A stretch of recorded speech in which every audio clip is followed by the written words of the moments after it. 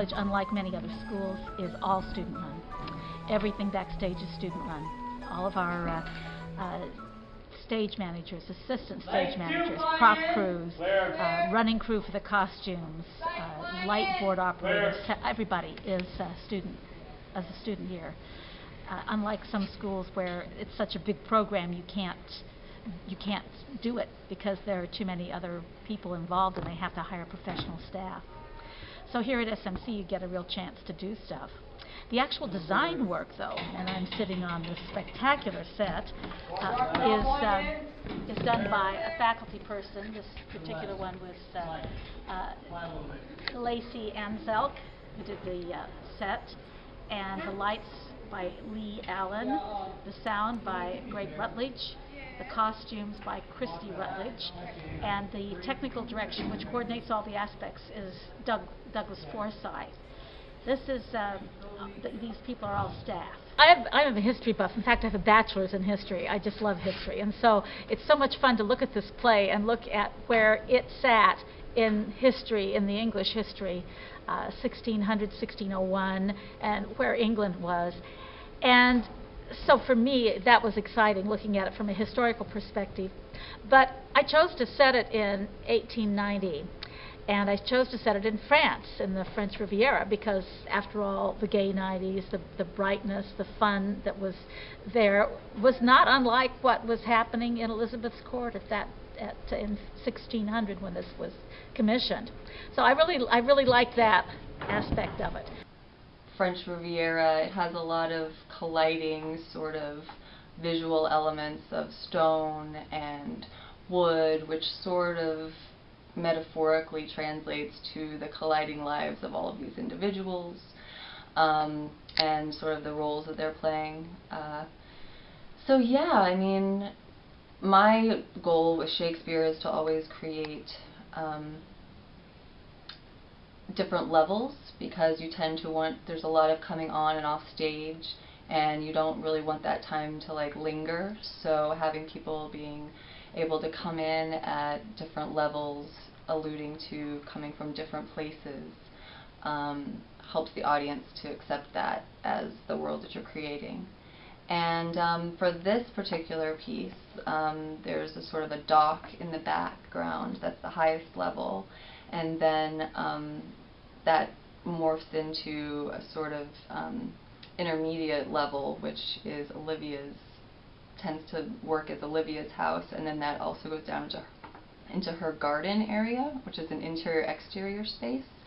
So all of the spaces sort of work organically together. So even though we might be in the garden, you still might have someone in the other space just to sort of give the audience a bigger spectrum of that location. I am the costume designer. Yeah. But is there a class for that as well, or? No, it's kind of costume history, and they do a design project within the class, but there's no actual costume design program.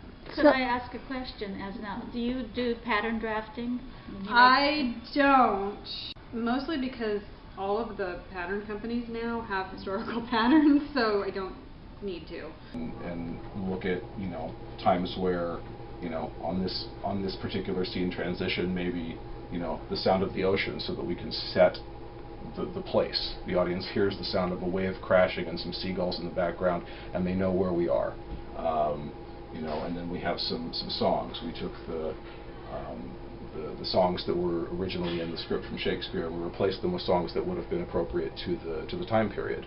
So instead of sort of the clown and Sir Andrew and Sir Toby coming in and singing "Oh Mistress Mine, Where Are You Roaming," the director and I got together, and I said I would love to see if they could, you know, stumble in singing "Auld Lang Syne." You know, it's kind of the classic, you know, it's a cliche, but it's funny. You know, the drunks stumble in singing, you know, "All the acquaintance be forgot," and it worked. And then we underscored it with the calliope sound. It was good. So it's really about, it's reading the script, it's talking to the other designers. It's ultimately for sound design, it comes down, for me, it comes down to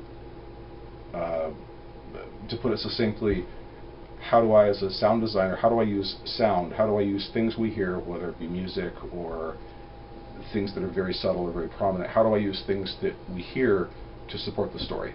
You know, how do I help tell the story, and how do I get out of the way when it's not necessary? That's kind of what it comes down to. So read the script, watch the show, talk to the lighting designer, the set designer, costumes, props, makeup, the director, and just keep working on it until it feels right. My character was Malvolio. He played the main antagonist of the play. He thinks himself very highly, and everyone knows him, but they don't really like him in the play. He tries very hard to make sure that everyone knows his place as the steward of Lady Olivia. I'm playing the Duke.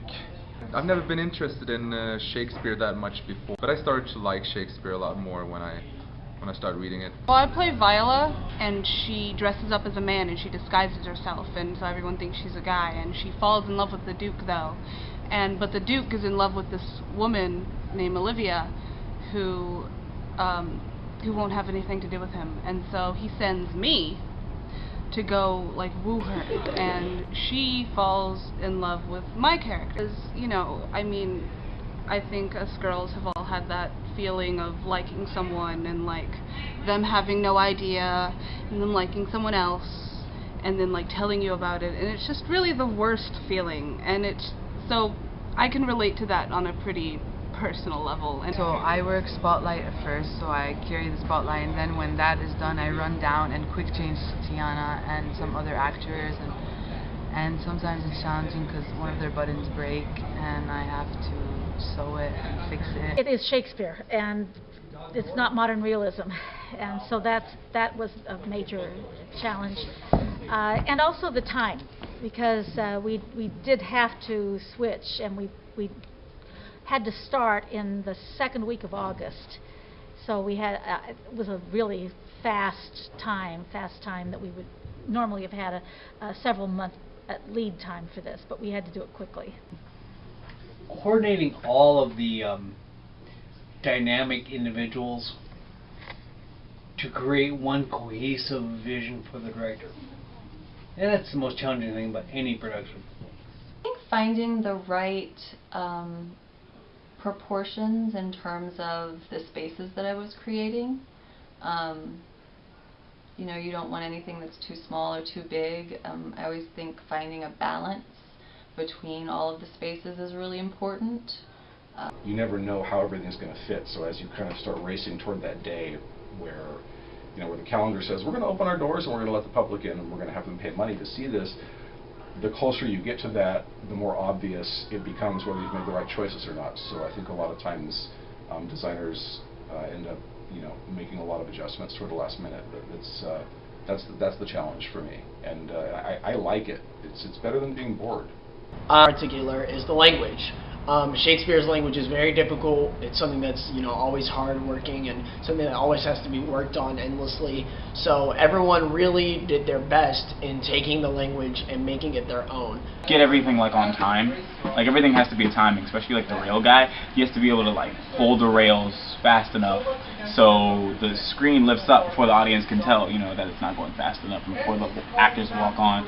And, you know, everything has to be in place and everything kind of has to be almost perfect, and perfection is always a hard thing. So probably it's like making sure everything's correct and then hoping that the actors don't blame you for everything. They're supposed to, when they're supposed to be, and that everything is working. Basically making sure that everything is in tip-top shape for when we call go, so everyone's in places. And that like the theater isn't burning down, making sure everyone's alive and coherent. Just